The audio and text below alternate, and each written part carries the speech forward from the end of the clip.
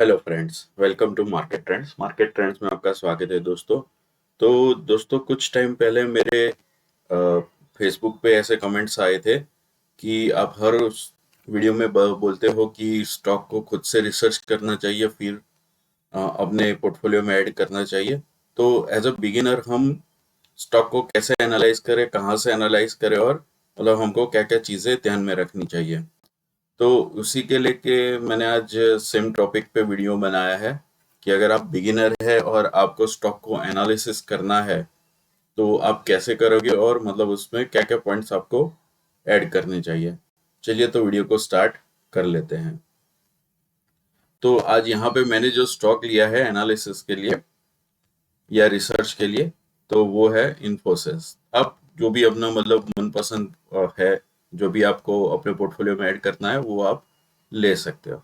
ठीक है, चलो तो यहाँ पे सबसे पहले आपको क्या देखना है। देखिए, ये जो भी डेटा है इसकी वेबसाइट और उसकी लिंक मैं आपको डिस्क्रिप्शन में दे दूंगा, बिल्कुल फ्री है। आपको जब वहाँ पे जाके अपना लॉगिन बनाना है और आपके स्टॉक का रिसर्च करना है नाम डाल के। ठीक है, तो सबसे पहले आपको यहाँ पे देखना है प्लेज परसेंटेज।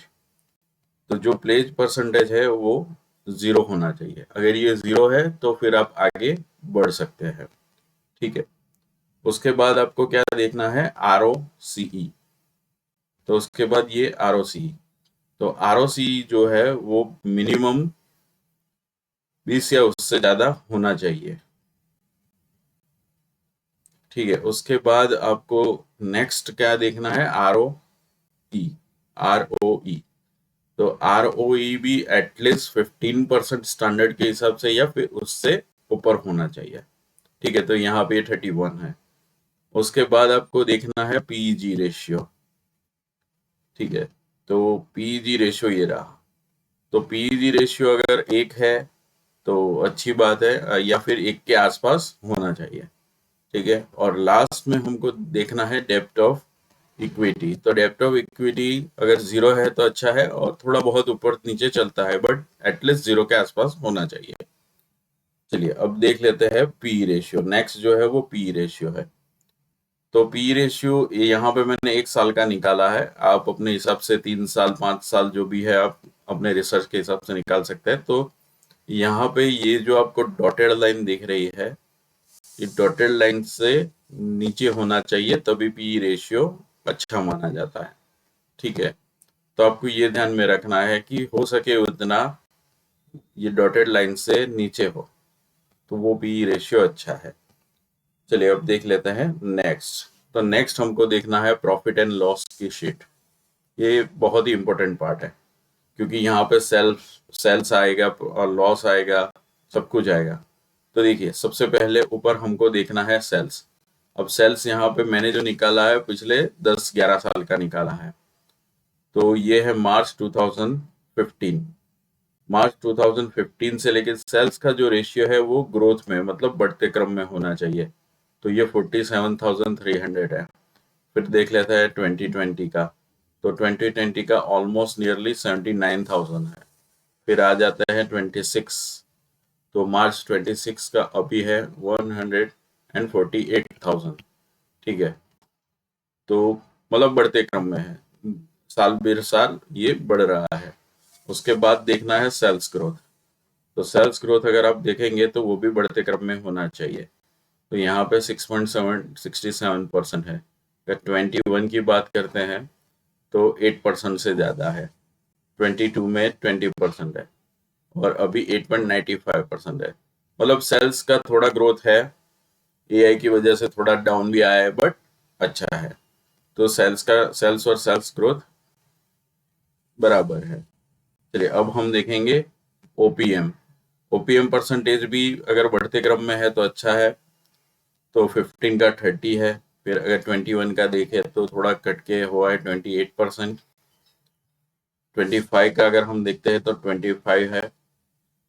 ठीक है, और मार्च 26 का अगर आप देखें तो ये है 24%। मतलब थोड़ा बहुत कम हुआ है, जो एआई वगैरह आया है उसके हिसाब से अभी, बट इतना भी कम नहीं है, तो ये अच्छी बात है।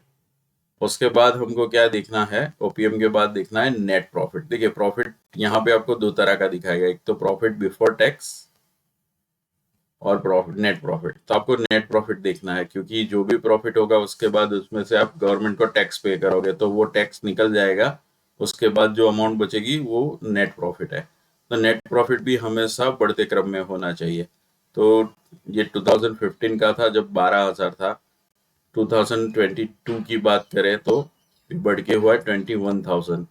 उसके बाद अगर आप 25 की बात करें तो ये बढ़ के हुआ है 25,000, और लास्ट में 26 की बात करें मार्च तो 29,000 से ऊपर, मतलब अच्छी बात है, चलिए बढ़ते क्रम में है। ठीक है, उसके बाद नेक्स्ट आपको क्या देखना है, बैलेंस शीट। तो बैलेंस शीट भी एक बहुत इंपॉर्टेंट फैक्टर है। बैलेंस शीट में आपको क्या देखना है, तो सबसे पहले आपको देखना है रिजर्व्स। तो रिजर्व्स भी हमेशा बढ़ते क्रम में होना चाहिए कि कितने मतलब रिजर्व्स कंपनी के पास पड़े हैं और बढ़ते जा रहे हैं। तो 2015 की बात करें तो ये 47,000 था, फिर 20 में अगर देखें तो काफी बढ़ के 60,000 हो गया।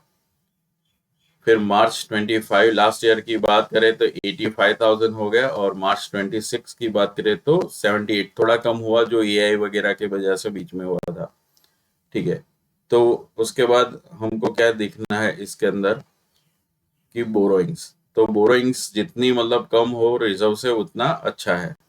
तो देखिए 15 में तो एकदम जीरो था, 20 की बात करें तो सिर्फ था 3,165 था, फिर उसके बाद 25 की बात करें तो 3,459।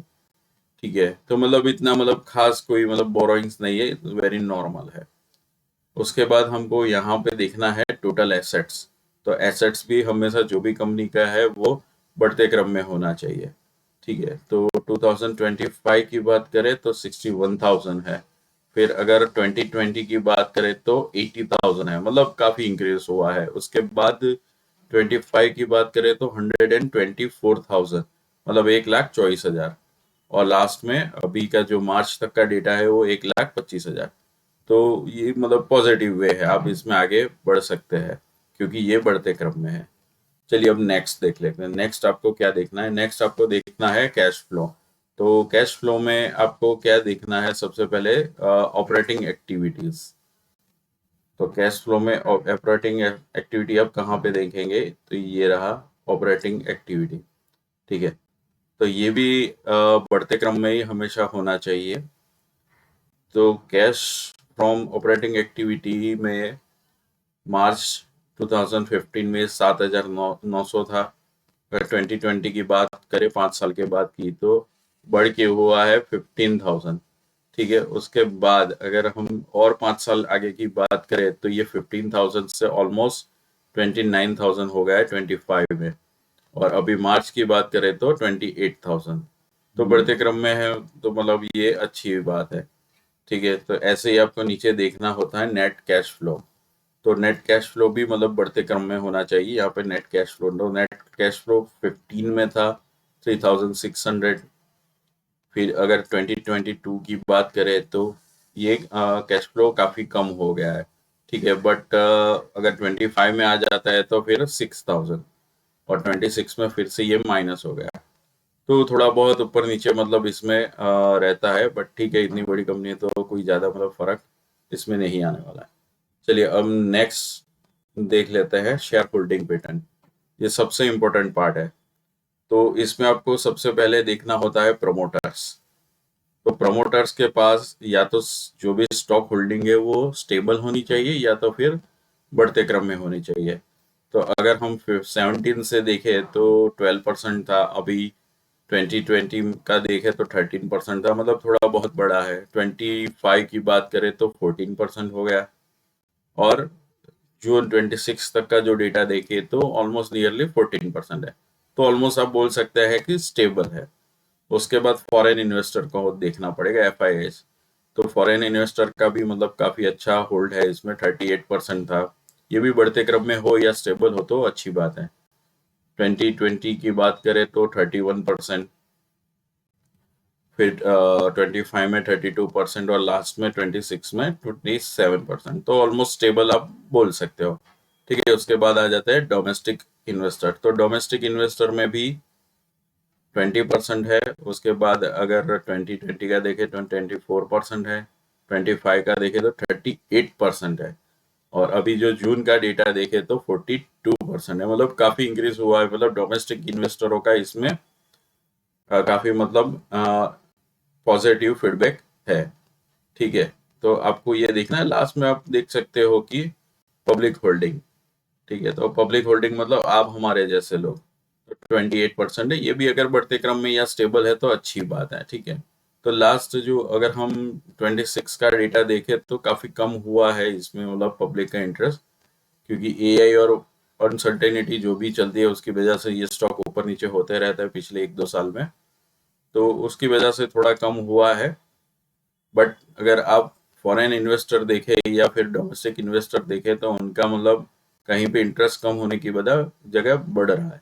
ठीक है, तो ये काफी मतलब पॉजिटिव है। इन फ्यूचर में आप इसको और डिटेल में रिसर्च कर सकते हैं। तो